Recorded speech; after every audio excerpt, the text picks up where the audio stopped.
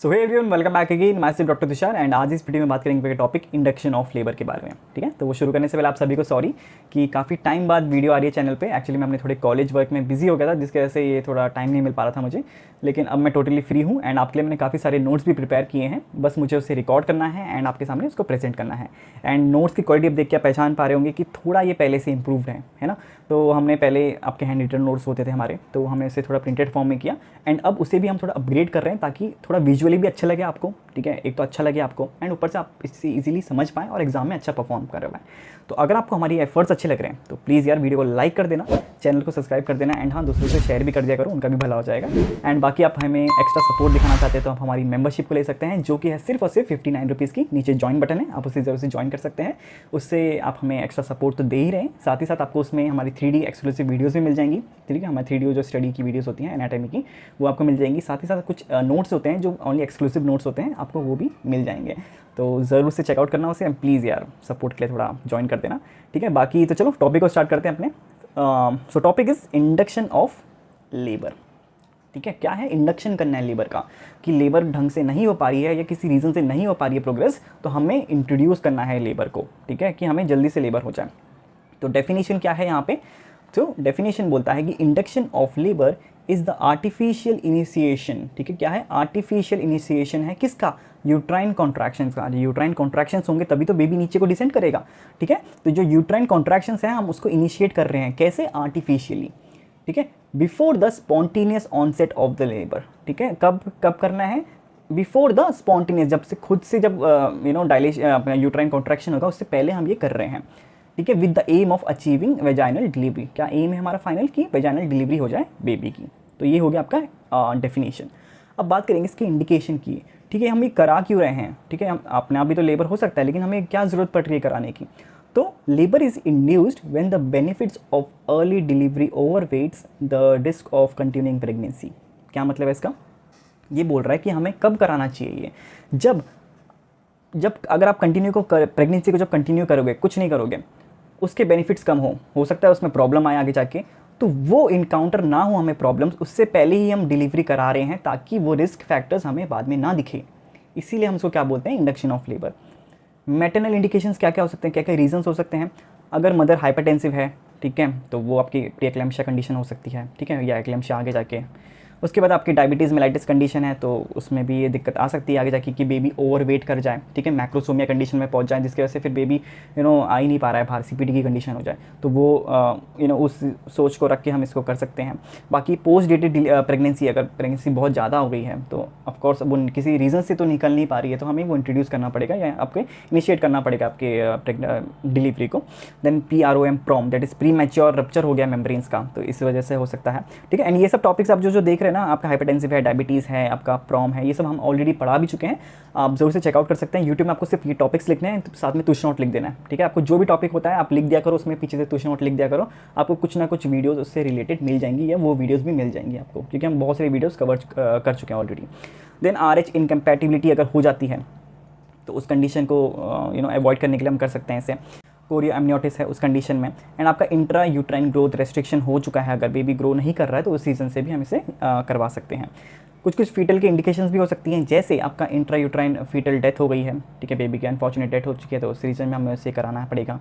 Fetal growth का retardation हो गया है, रेस्ट्रिक्शन हो गया, जैसे हमने पहले यहाँ पे देखा, तो उस कंडीशन में कराना है। नॉन रीअश्योरिंग फीटल स्टेटस, ठीक है, आपको अब पता नहीं चल रहा है कि बेबी का क्या स्टेटस है, ठीक है, वो नॉर्मल है क्या नहीं, तो उस कंडीशन में कराना है। ओलिगोहाइड्रोएमनियोस, ठीक है, एमनियोटिक फ्लूइड की क्वांटिटी कम है काफ़ी, तो उस कंडीशन में आपको निकालना पड़ेगा।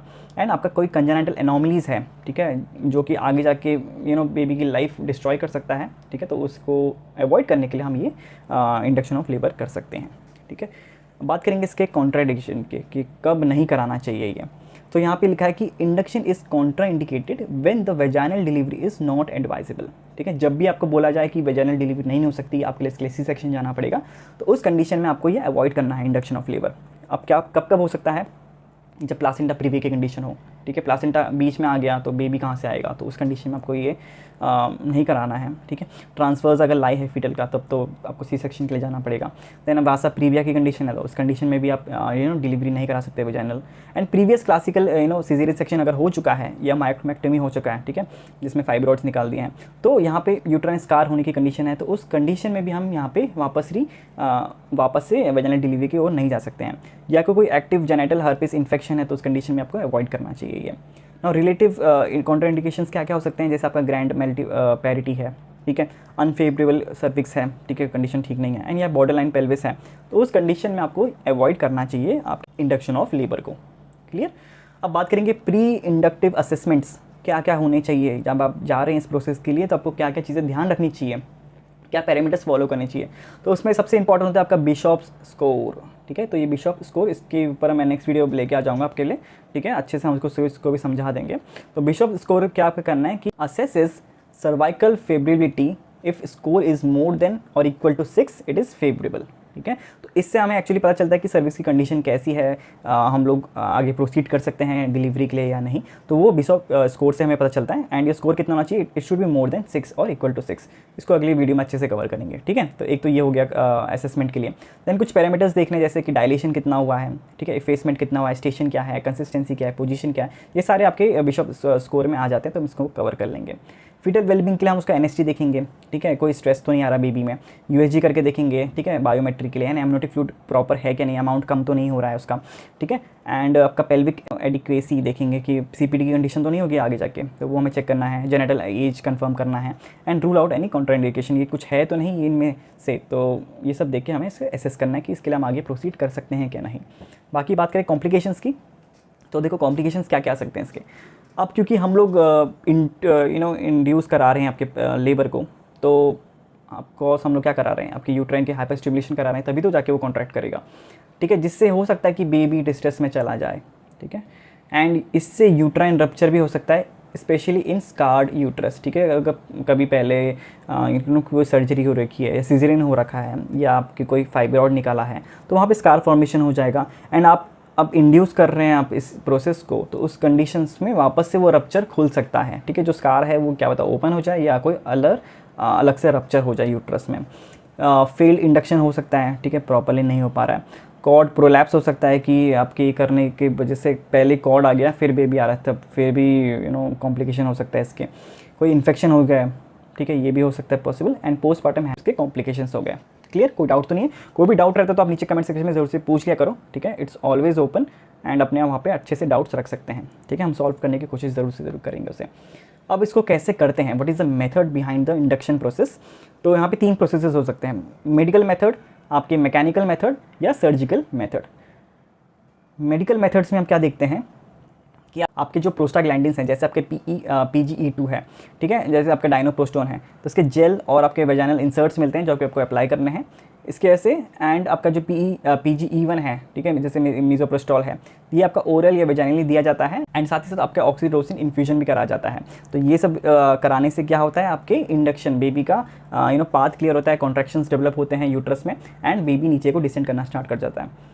मैकेनिकल मेथड्स में आपके जो फोलीज कैथेटर बैलून है, आप डायग्राम में भी देख पा रहे होंगे, इसको मैं जूम इन कर देता हूँ, ठीक है।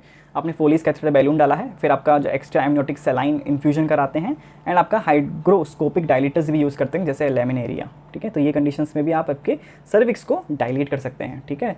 तो ये हो गया मैकेनिकल मेथड। एंड आपका जो सर्जिकल मेथड है, ठीक है, आप देख पा रहे होंगे इसमें डायग्राम में भी, इसमें क्या किया है, आपका एमनियोटोमी किया है, दैट इज़ आपका आर्टिफिशियली रप्चर किया है आपके वाटर बैग को, दैट इज़ मेम्ब्रेन्स को, only if cervix is favourable and head is engaged. कब कराना है ये आर्टिफिशियल या सर्जिकल मेथड, जब आपका सर्विक्स एकदम फेवरेबल हो, अच्छे से डायल्यूट हो गया हो 10 सेंटीमीटर्स एंड हेड इंगेज हो गया हो, तब आपको इसके लिए जाना है। क्लियर। तो ये हो गया आपके 3 मेथड्स ऑफ इंडक्शन। क्लियर। अब बात करेंगे फेल्ड इंडक्शन अगर हो जाता है, क्या होता है failed induction. Defined as inability to achieve the adequate uterine contractions and cervical changes even after 24 hours of appropriate induction methods, ठीक है। अगर आपने ये सारे जो मेथड्स हैं, मेडिकल मेथड हो या मैकेनिकल मेथड हो या सर्जिकल मेथड हो, ये तीनों आपने करके देख लिए, इसके बाद भी अगर आप सर्विक्स में चेंजेस नहीं आ रहे हैं, वो डायलेट नहीं हो पा रही है, या यूट्रस में कॉन्ट्रैक्शंस प्रॉपर्ली नहीं आ रहे जैसे हमें चाहिए, तो उसे हम क्या बोलते हैं, एंड आफ्टर 24 आवर्स भी नहीं हो पा रहा है, तो हम उसको क्या बोलते हैं, it is a failed induction. ठीक है। एंड मैनेजमेंट में इंक्लूड सीजेरियन सेक्शन, उसके बाद आपको वेट नहीं करना, you have to go for the C section. ठीक है, तो ये हो गया आपका टॉपिक आज का, इंडक्शन ऑफ लेबर। ठीक है, काफ़ी शॉर्ट टॉपिक है, ज़्यादा कुछ है नहीं इसमें। बाकी आपको कोई भी डाउट हो तो नीचे कमेंट सेक्शन में ज़रूर से पूछ लेना। वीडियो अच्छी लगी हमारी तो प्लीज़ वीडियो को लाइक कर देना, शेयर कर देना फ्रेंड्स के साथ। एंड हाँ, ये नोट्स आपके व्हाट्सअप, टेलीग्राम एंड नोट्स वाला डॉट साइट में अवेलेबल है, वहाँ से आप इसे ज़रूर से देख सकते हैं। एंड आपको हमारी अगर स्पेशल 3D एनाटॉमी की वीडियोज़ देखनी है तो आप हमारे चैनल को ज्वाइन कर सकते हैं हमारी मेंबरशिप लेके। ठीक है, तो बस आज के लिए इतना ही, मिलते हैं नेक्स्ट वीडियो में। Till then take care, bye bye.